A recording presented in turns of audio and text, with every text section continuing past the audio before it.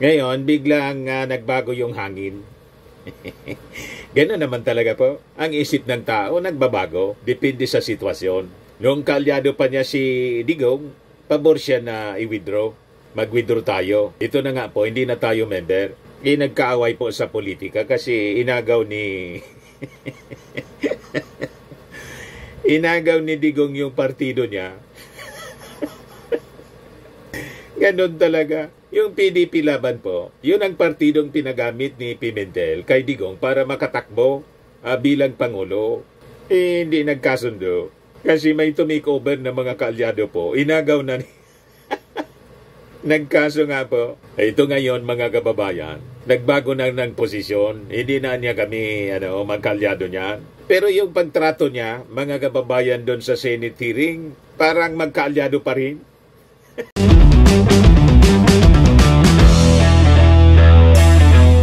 Ito naman po yung bago naming product na binibenta online. iGlow Serum, whitening po siya. Tingnan ninyo yung epekto sa aking anak na architect before and now. Yung mga inquiries po ninyo, dumiretso na lang kayo sa kanyang Facebook account, Riz Maravillas. Si Coco Pimentel mga kababayan, si Senator Coco Pimentel, gusto niya, may panawagan siya sa ating Pangulong Bongbong Marcos. Gusto niya mga kababayan na bumalik na daw tayo sa pagiging member ng International Criminal Court para may tinatawag na insurance policy po tayo. So ano ang masasabi po ninyo mga kababayan dito sa proposal ni Senator Coco Pimentel? Pero during the investigation po, Senate investigation, hindi po impressive yung proceedings ni Coco. Lousy. May pagka-lousy mga kababayan. Pero itong proposal mga kababayan ni Coco Pimentel, maganda ito. Pag-usapan po natin. But before ko mga kababayan ibigay sa inyo yung full story ng balitang yan, click subscribe muna dito sa ating YouTube channel and hit the notification bell para lagi po kayong updated sa mga kaganapan dito sa ating bansa. Like and share na rin po ninyo ng ating video. At huwag na rin po ninyo na-skip yung ating mga commercial ads para tuloy-tuloy lang ang pag-unlad ng Bagong Pilipinas. At itong ating programa mga kababayan, atid sa inyo nitong ating mga sponsors. Firmax Framing and Lifting Cream. Pinapay po sa mga pulses in affected area. Mainam po ito sa mga pains at paninigas ng mga kaso-kasuan. Ito sa mukha naman yung application, anti-aging, Automax po siya. Ito ay iGlow Serum mga kababayan. Whitening po siya. Made in South Korea. Ito naman po, Nengxia Red Mix Fruit Drink. Gawa po siya sa goji berry. May anti-cancer properties po siya.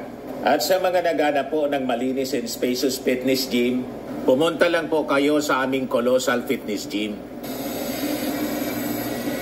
May Grab Car Rental din po kami. At bills payment po sa aming office. At saka sa mga mahilig po sa mga imported bags, manood po kayo sa live selling ni Madam Aileen Rosales sa kanyang Aileen Closet po. Pati mga shoes, ito yung kanya po. Ito yung kanyang page. Kita ninyo, napakagandang mga online selling po siya. Si Madam Aileen Rosales. Cellphone number niya po, 773-798-7816. Pabalik tayo mga kababayan dito sa ating topic. But before we discuss yung tungkol sa proposal po ni Coco Pimentel. Gusto niya na bumalik na tayo sa ICC. I-update ko muna po kayo ng kalagayan ng ating panahon kasi may bagong bagyo na naman po. Yung ating Pangulong Bongbong Marcos right now pumuntang Cagayan para magatid po ng mga relief sa nasalanta ng bagyong Marce.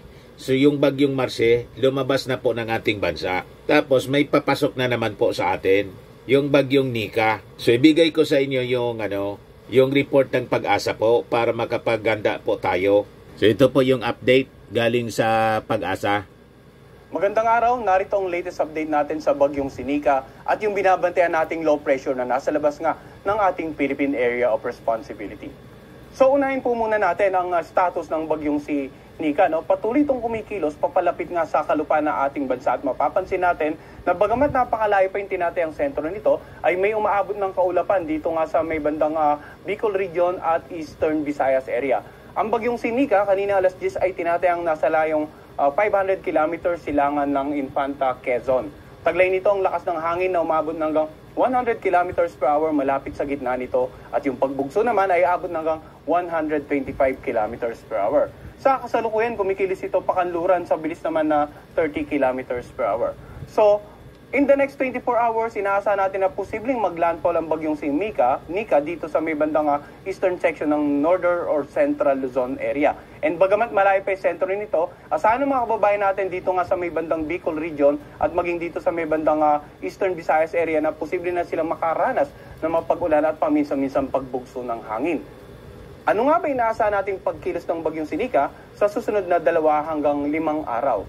So makikita natin sa ating pinaka-latest forecast track base sa bulletin na ipinalabas nga ng Pag-asa ngayong alas 11 ng umaga na ang bagyong si Nika ay posibleng maglandfall dito sa may bandang southern part ng Isabela or northern part ng Aurora either sa pagitan ng bukas ng umaga hanggang sa tanghali. No? So dapat handa po yung mga kababayan natin dito nga sa southern part ng Isabela or northern part ng Aurora para sa potential na landfall ng bagyong si Nika bukas.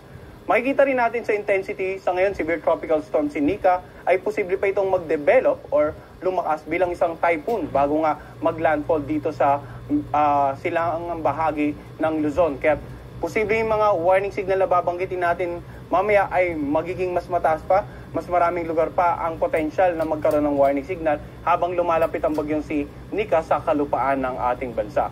At posible naman na tuloy nito makakalagpas nga ng landmass ng ating bansa sa darating na Martes at sa darating naman na Martes din ng hapon or anytime na Tuesday ay tuloy na itong lalabas nga ng ating air responsibility.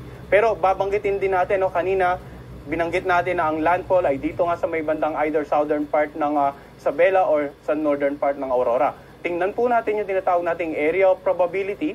Ito yung parang APA na nakapaloob itong center track natin. So basically, in terms of landfall, mangyaring maganda na po yung buong lalawigan po ng Cagayan. Any part of Cagayan or maging itong bandang northern part ng Quezon for potential landfall. And basically, lahat ng lugar na babanggitin natin mga warning signal ay dapat maging handa po. So dahil sa patuloy ng paglapit ng bagyong si Nika, babanggitin na natin mga lugar na may warning signal. No? Itong naka-highlight ng yellow, ito yung may mga tropical cyclone wind signal number 2. Pag sinabing meron tayong wind signal number 2, ibig sabihin, yung lakas ng hangin mula 62 hanggang 88 kilometers per hour ay maaaring maramdaman sa mga nabanggit na lugar in the next 24 hours or less. Hindi po agad-agad. Posibleng itong mga nasa silangang bahagi, yung exposed sa kaulapan ng bagyong si Nika habang malayo pa ito, ay nakakaranas na ng paminsan-minsang pagbugso ng hangin. Pero the rest, kung sa mga oras ito wala pa kayong ganong nararamdaman, bibigyan din po natin na pag nagtaas tayo ng warning signal number 2, mayroon po tayong 24 hours or less para maramdaman yung actual na epekto ng bagyo. So, yung mga lugar na may warning signal number 2, ito po itong northern at saka central portion ng Aurora, itong lalawigan ng Isabela, itong Quirino, itong southern portion ng Cagayan, ganun din sa Nueva Vizcaya, Kalinga, Mountain Province at sa may bandang Ifugao area. Para po sa kumpletong listahan ng mga munisipalidad, for example, dito sa binanggit ko southern portion ng Cagayan, ay mangyari lamang bisitahin naming website, bagong.pagasa.dost.gov.ph, pumunta sa tropical cyclone na menu at pwede nyong i-download yung PDF file ng ating tropical cyclone bulletin. Samantala, mapapansin naman natin yung mga lugar na naka-highlight ng light blue ay magsisimula dito nga sa may bandang northern Luzon area all the way to the Bicol region. No? Yan po yung mga lugar na may tropical cyclone wind signal number 1 naman. Pag may wind signal number 1, ibig sabihin posibleng umabot na hanggang 61 kilometers per hour ang lakas ng hangin na maaaring maramdaman sa mga areas na naka-highlight ng blue in the next 36 hours or less. Not necessarily sa mga ito yung mararamdaman na dito nga, lalong-lalo sa lalawigan sa kalurang bahagi, no? Hindi po ganon. So sa current scenario natin, maaaring maramdaman yung epekto, yung lakas ng hangin na aabot hanggang 61 kilometers per hour, 36 hours or less. So may palugit pa po tayo, may tinatawag tayong lead time para maghanda. sa mga potential na impact ng malalakas na hangin sa mga lugar na may warning signals number 2 at 1. Ulitin natin, sa lugar na may warning signals number 2, we have 24 hours or less para mag-prepare sa impacts ng malalakas na hangin. Sa lugar naman may signal number 1, we have 36 hours or less para mag-prepare sa impact ng hangin sa inyong lugar.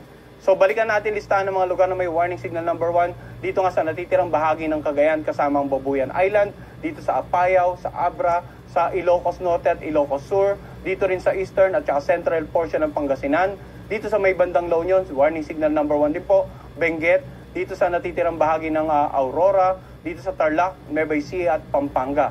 Warning signal number 1 din po ang nakataas sa Bulacan, dito nga sa may bandang northern portion ng Metro Manila, ganun din sa lalawigan ng Rizal, sa northeastern portion ng Laguna, sa eastern portion ng Quezon, kasama nga itong Polillo Island, dito sa may bandang Camarines Norte, dito sa Camarines Sur, Catanduanes at sa Albay. So binanggit natin kanina, no, ang warning signal po, or wind signal, ay patungkol sa lakas ng hangin na pwedeng maramdaman sa inyong lugar in the span of a particular lead time. 24 hours or less sa mga areas na naka-highlight ng yellow, 36 hours or less sa mga areas na naka-highlight ng blue. Yung lead time na tinatawag natin ay para magkaroon po kayo ng sapat na oras para paghandaan yung posibleng impact ng malalakas na hangin sa inyong lugar, na maaaring yung maranasan sa inyong lugar. At asahan nyo po na habang lumalapit pa ang bagyong si Nika dito nga sa kalupaan ng ating bansa, posibleng magkaroon tayo ng mas mataas na warning signal at ma-upgrade ang mga warning signal na currently ay nakikita nyo sa inyong screen. So in terms of mga pagbugso ng hangin, unahin muna natin yung epekto ng bagyo, pagbugso ng hangin. Maaaring may mga lugar dito na sa ngayon ay wala pang warning signal, pero mapapansin nyo, may mga occasional na pagbugso na po ng hangin na posibleng maranasan nga dito sa Batanes, Babuyan Island, dito sa northern portion ng Cagayan at sa Ilocos Norte. Bukas naman, meron tayong mga pagbugso ng hangin sa Batanes, Camarines Sur at Catanduanes, habang sa darating na Martes, mga pagbugso ng hangin ay posible rin sa Batanes, Cagayan kasama ang Babuyan Island. So itong mga nabanggit nating lugar, plus yung mga lugar na binanggit natin na may warning signals, number 2 and 1, kailangan maging alerto. Maging preparado rin sa mga potential na impact ng malalakas na hangin sa kanilang lugar. Ano naman inaasahan natin na ulan dahil nga sa paparating na sa bagyong Sinika? So ngayong araw mapapansin natin yung areas na naka-highlight ng yellow, yan yung posibleng makaranas po ng pag-ulan, moderate to heavy rains mula 50 hanggang 100 millimeters na paulan ang pwedeng maranasan sa mga lugar na yan. So mapapansin natin, no, karaniwan ng mga lugar na makakaranas ng moderate to heavy ay nasa silangang bahagi pa ng northern and central Luzon, southern Luzon at maging dito sa may bandang northern part ng eastern Visayas dahil malayo pa yung bagyo, nasa karagatan pa. Pero may mga kaulapan na, base pinakita nating satellite image kanina, na tumatama na nga dito sa mga nabanggit nating lugar. So ano yung posibleng epekto kapag may moderate to heavy rains, no? Pwedeng makaranas ng mga localized flooding sa mga ilang lugar, lalong-lalo na sa mga low-lying areas, yung mababang lugar, or yung mga komunidad po na malapit po sa mga tabing ilog. Kasi maaaring umapaw po yung water level ng kanilang ilog, dulot ng ulan na either nararanasan nyo sa lugar, or mga paulan sa ibang lugar, at nagkataon na yung ilog po sa lugar na yun ay aagos patungo sa inyong lugar. So dapat alerto po tayo, no? At pwede rin makaranas ng mga isolated cases ng landslide, lalo na sa mga lugar na kung babalikan po natin, posibleng nakaranas na ng paulan nitong mga nagdaang araw, maaaring malambot na yung mga bahaging kalupaan sa paanan ng bundok at maging saninga na magbigla ang pagguho ng lupa. Bukas naman habang papalapit nga or maglandfall na itong bagyong si Nika, mapapansin natin, no, mas marami na po tayong amount ng paulan dito sa silangang bahagi ng northern and central Luzon. So intense to torrential rains yung naka-highlight ng red.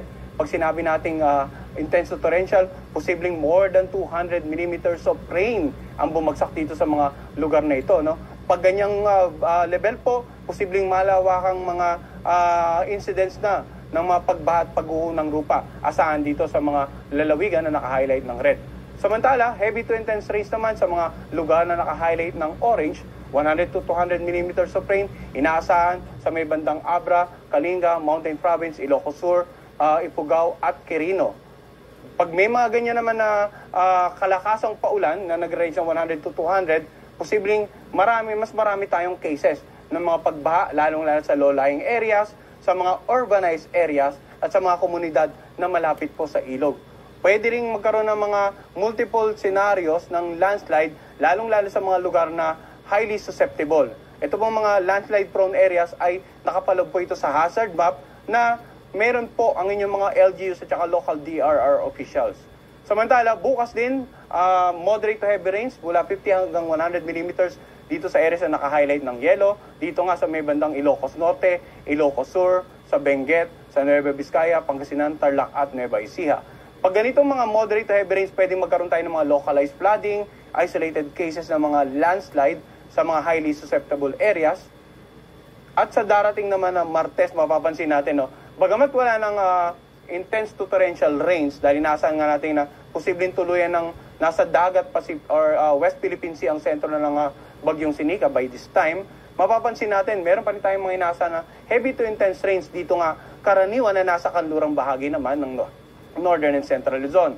Heavy to intense rain sa Ilocos Norte, Ilocos Sur, ganun din dito sa may bandang Abra, Apayao, Kalinga, Mountain Province, at Ifugao sa darating na Martes.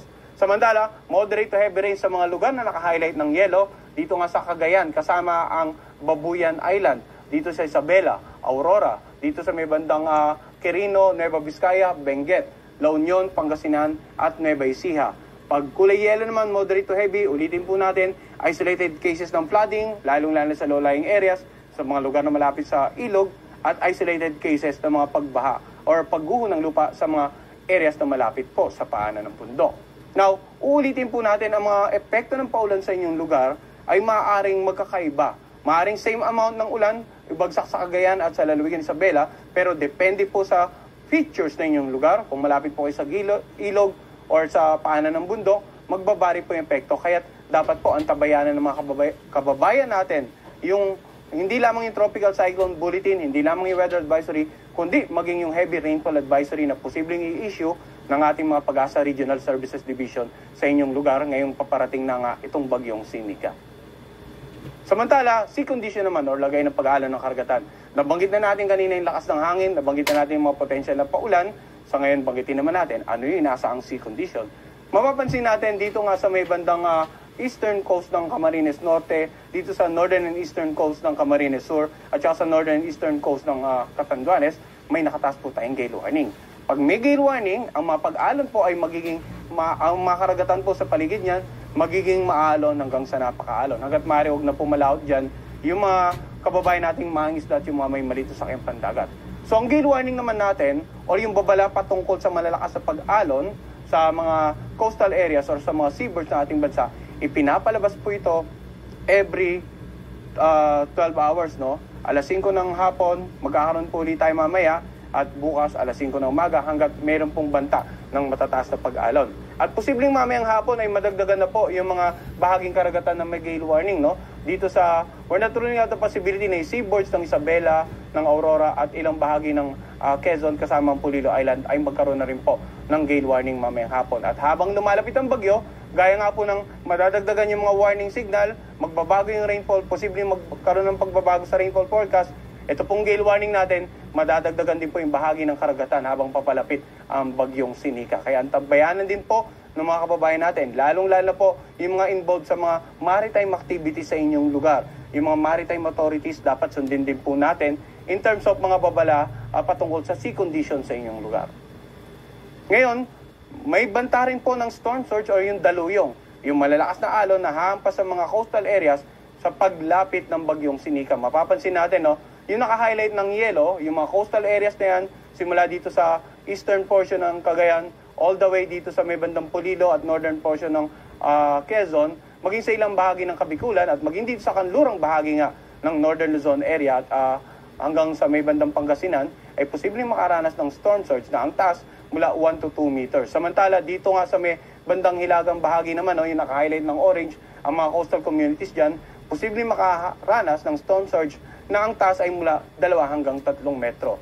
At mapapansin natin, no, habang kumikilos ang bagyo, papalapit nga sa landmass ng ating bansa, posibleng madagdagan pa or mas maging mataas pa ang expected storm surge dito sa silangang bahagi ng Northern and Central Luzon. So kasabay ng Tropical Cyclone Bulletin update sa bagyo ay magbibigay din tayo ng update dito sa storm surge warning na ipinapalabas nga ng Pag-asa regarding sa mga daluyong na maaaring maranasan.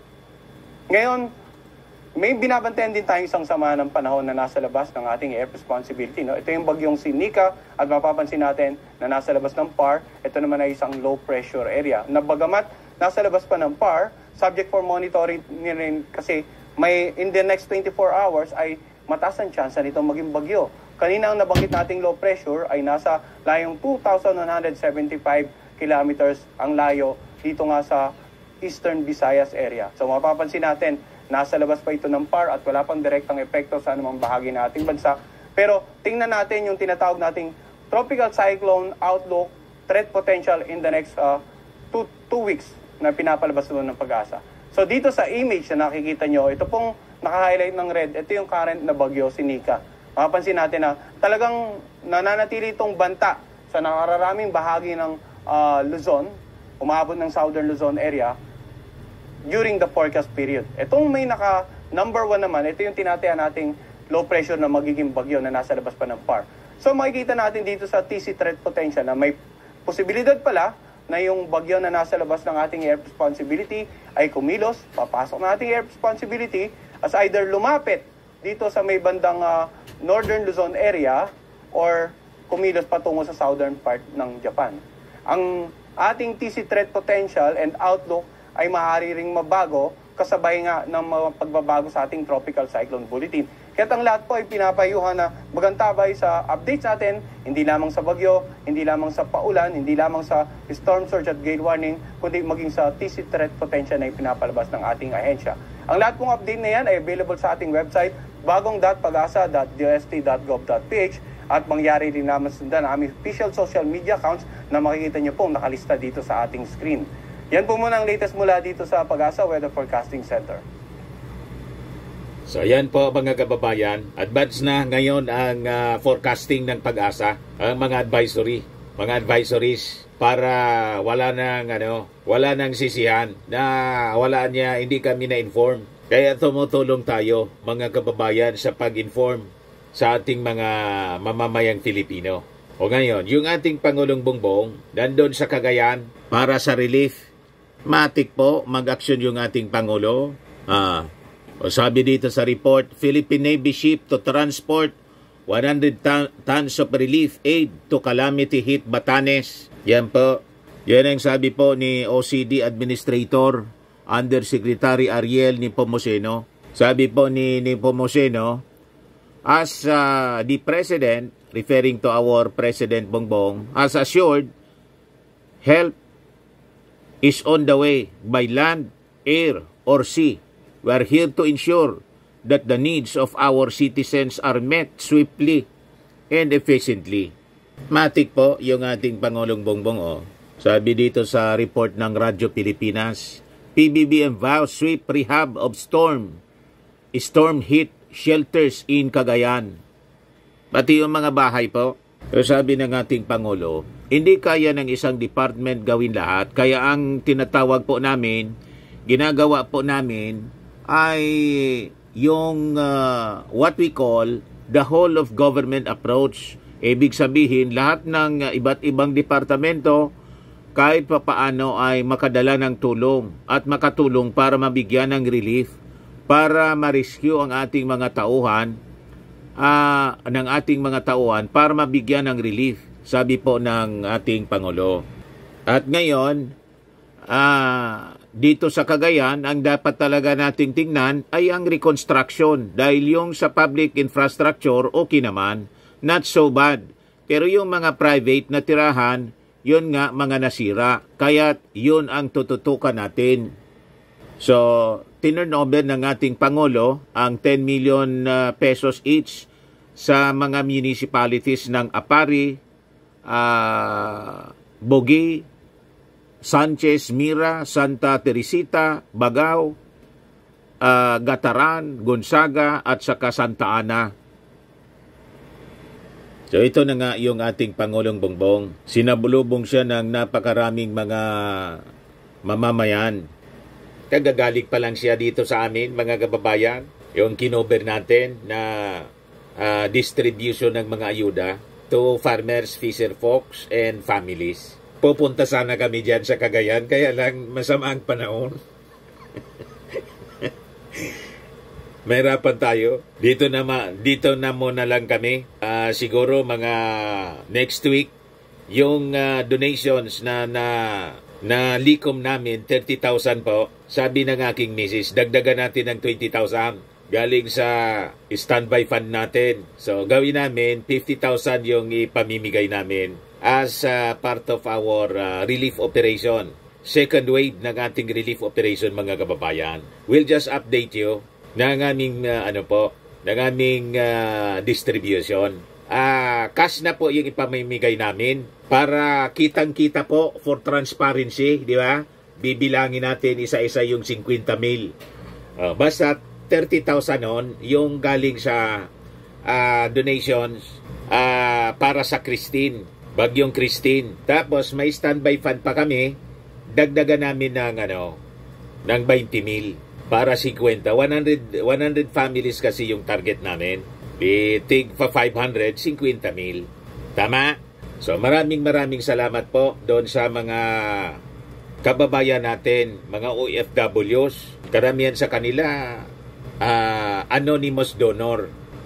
Pagpalain kayo ng ating Panginoong Hesukristo, siksik, liglig at umaapaw. Tama pa? Okay, balik tayo dito sa ating kwento tungkol dito sa panawagan ni Coco Pimentel. He's urging the President na bumalik na tayo, mag-rejoin tayo mga kababayan sa International Criminal Court. Ayan ba? Senator heading drug war probe urges Marcos, let Philippines rejoin ICC.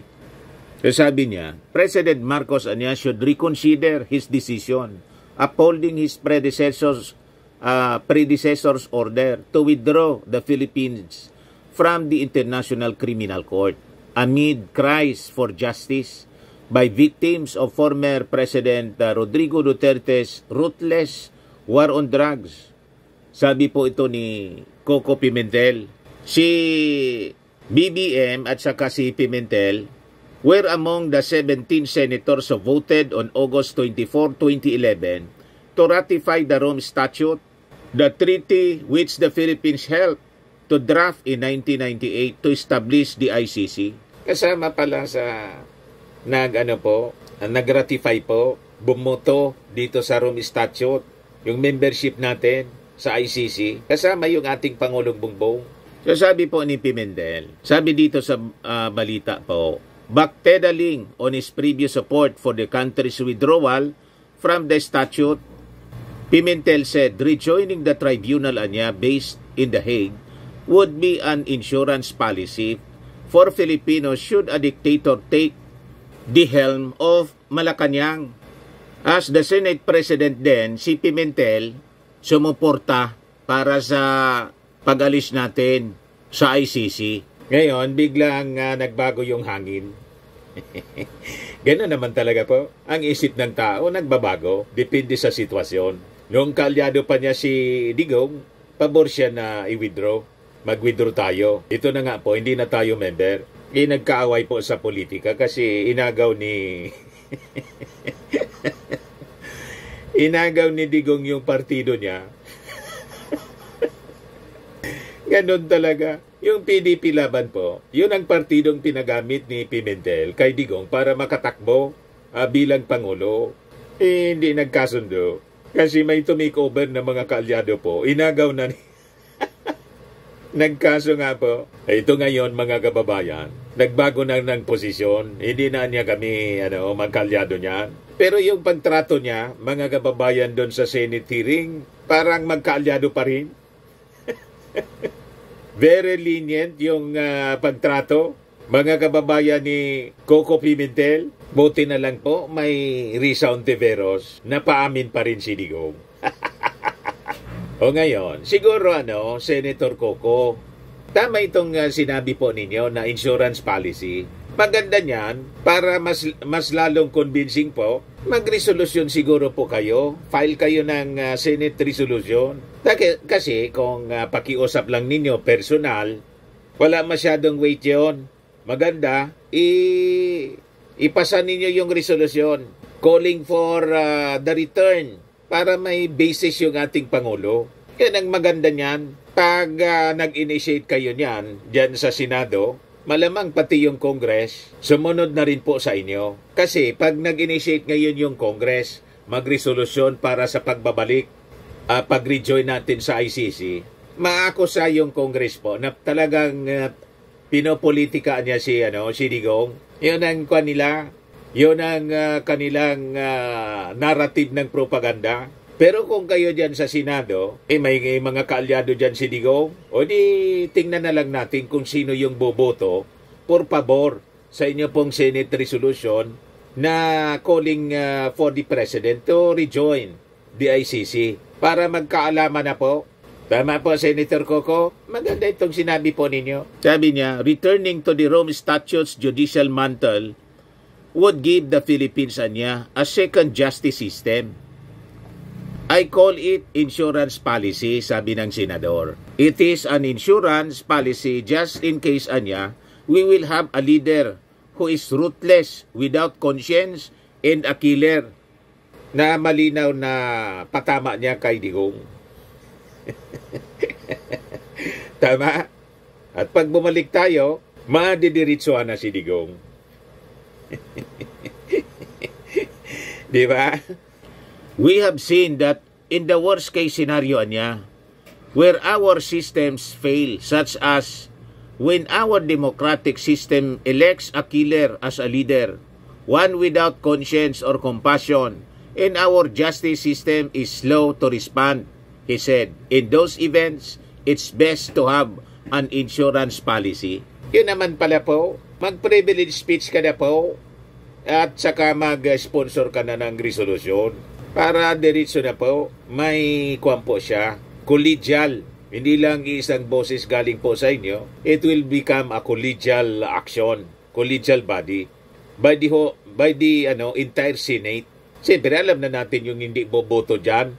Si Bato, si Bongo, si Amy Marcos, si Villar, baka pati si Tolentino. Di ba?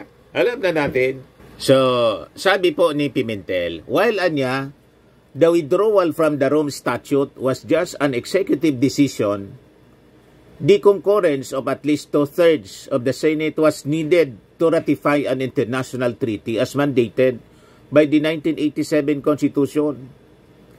So sabi niya, the President would have to move first and then ask for the Senate ratification to rejoin the ICC.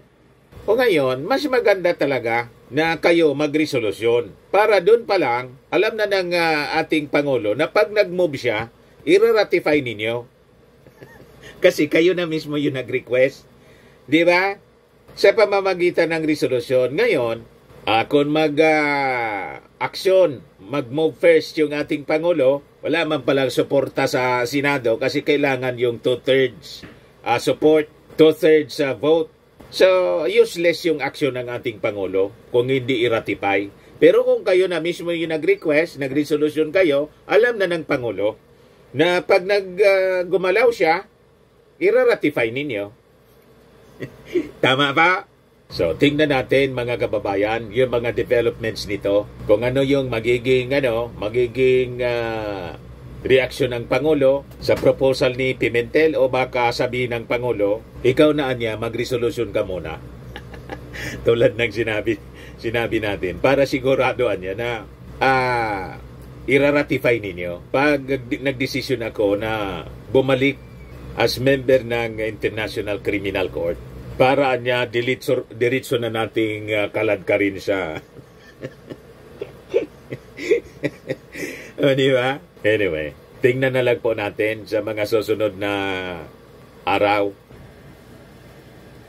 Sa mga naghanap ng malinis and spacious fitness gym, pumunta lang po kayo sa aming Colossal Fitness Gym. We also offer Grab Car Rental with our brand new 2023 model ng Toyota Innova. We also accept booking for those who are planning to travel via PAL, Cebu Pacific, and other airline companies, local and international, and bills payment for Meralco Bills, PLDT, Aleco Bills, etc. Ang Colossal Fitness Gym is located at 3rd floor Security Bank Building, Landco Business Park, Legazpi City, Albay. For inquiries, look for Chilon Maravillas. Contact number 0966-802-0949. Yan yung aming Innova. Lagi na pong matao sa amin. Pati mga foreigners po, tingnan ninyo, mga British tourists sila. Ang lalaki ng katawan na, mga kababayan, nag-gym sa amin. Ito naman po, international. Ito mga mga European sila. Ito naman yung bago naming product na binibenta online, Eye Glow Serum.